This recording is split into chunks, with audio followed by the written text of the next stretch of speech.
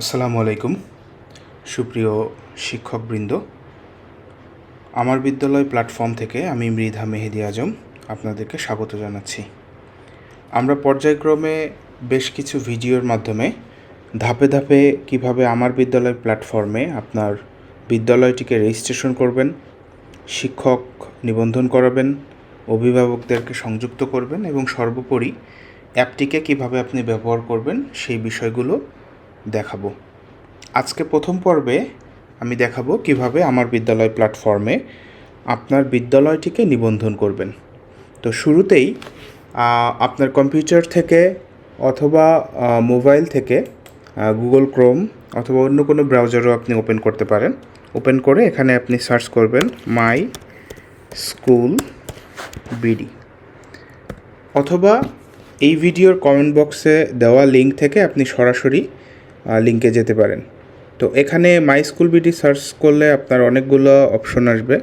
এর মধ্যে যে লিঙ্কটিতে দেখবেন সরকারি প্রাথমিক বিদ্যালয়ের ডিজিটাল ব্যবস্থাপনা অ্যাপ আমার বিদ্যালয়, এই লিঙ্কটিতে ক্লিক করবেন। তো এই লিঙ্কটিতে ক্লিক করলে আপনাদেরকে আমার বিদ্যালয় প্ল্যাটফর্মের যে অফিসিয়াল ওয়েবসাইট সেখানে আপনাদেরকে নিয়ে আসবে। এখানে আপনি বিদ্যালয় নিবন্ধন এই বাটনটিতে ক্লিক করবেন। এই বাটনটিতে ক্লিক করলে আপনার নিবন্ধনের যে পেজ সেই পেজটা আপনি দেখতে পাবেন। এখানে শুরুতে আপনি আপনার নাম টাইপ করবেন, ইংরেজি অথবা বাংলা, যে কোনো ভাষায় আপনি এটা টাইপ করতে পারেন। আমি উদাহরণ হিসেবে একটা নাম টাইপ করলাম, এমডি রহিম।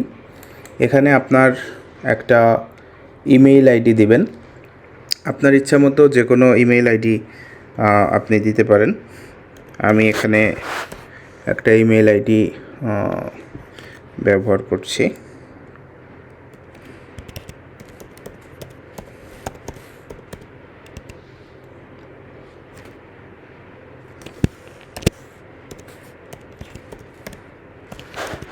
এখানে আমি একটা ইমেল আইডি টাইপ করলাম। এরপর আপনি আপনার একটা পাসওয়ার্ড সেট করবেন, যে পাসওয়ার্ডটা আপনি মনে রাখতে পারবেন।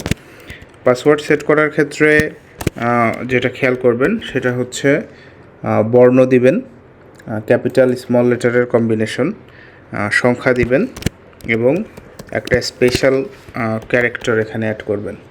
তো সবগুলো মিলিয়ে আপনি পাসওয়ার্ডটা দিবেন। দেওয়ার পরে এখানে আপনার রোল, প্রধান শিক্ষক অথবা বিদ্যালয় প্রশাসক, আপনি যে কোনোটাই সিলেক্ট করতে পারেন, এটা ম্যাটার করবে না। কারণ আপনি যদি সহকারী শিক্ষক হয়ে থাকেন সেক্ষেত্রে বিদ্যালয় রেজিস্ট্রেশনটা অবশ্যই আপনার প্রধান শিক্ষকের নামে বা স্কুলের নামে রেজিস্ট্রেশনটা করবেন। এরপর আপনাকে যে কাজটা করতে হবে সেটা হচ্ছে আপনাকে বিভাগ সিলেক্ট করতে হবে। এখানে ক্লিক করে আমি এখানে খুলনা বিভাগ সিলেক্ট করলাম।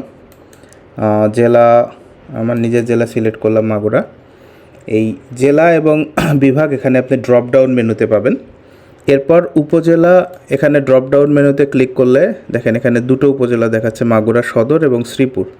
সো আপনি যদি আপনার উপজেলা এই ড্রপ ডাউন মেনুতে না পান সেক্ষেত্রে নিচেই উপজেলা তালিকায় নেই, যোগ করুন, এখানে আপনি দিবেন।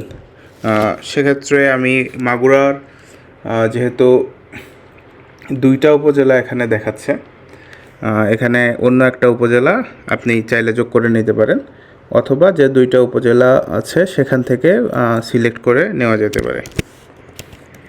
যেমন মাগুরার তৃতীয় একটা উপজেলা হচ্ছে শালিখা, আমি এখানে শালিখাটা লিখে দিলাম। এরপর আপনার ইউনিয়ন, যদি আপনার উপজেলা এখানে আপনি যোগ করেন তাহলে অবশ্যই আপনার ইউনিয়নটাও এখানে আপনাকে যোগ করতে হবে। সো এখানে আপনি ইউনিয়ন তালিকায় নেই, যোগ করুন। আর ড্রপ ডাউনে যদি আপনার ইউনিয়ন পান সেক্ষেত্রে সেইটা সিলেক্ট করে নেবেন। তো এখানে আমি শালিখার একটা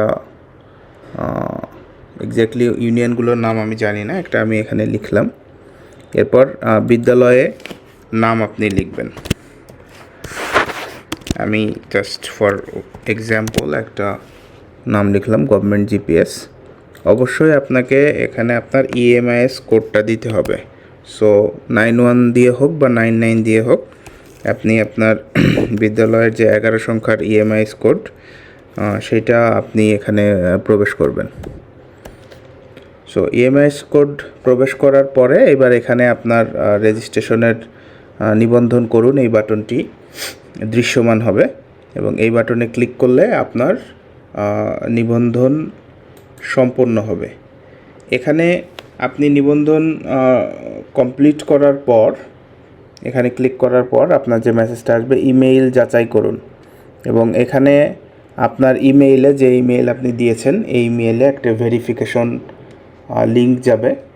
ভেরিফিকেশন লিঙ্কটাতে আপনি ক্লিক করলে আপনার অ্যাকাউন্টটি অ্যাক্টিভেট হবে এবং এটা অ্যাপ্রুভালের জন্য সুপার অ্যাডমিনের কাছে যাবে, সেখান থেকে অ্যাপ্রুভ করলে তখন আপনি ব্যবহার করতে পারবেন। তো আজকের ভিডিও এ পর্যন্তই। পরবর্তী ভিডিওতে আমি দেখাবো কিভাবে আপনার অ্যাকাউন্টটি অ্যাক্টিভেট করবেন, অ্যাকাউন্টে লগ ইন করে সেটি ব্যবহার করবেন। ধন্যবাদ সবাইকে।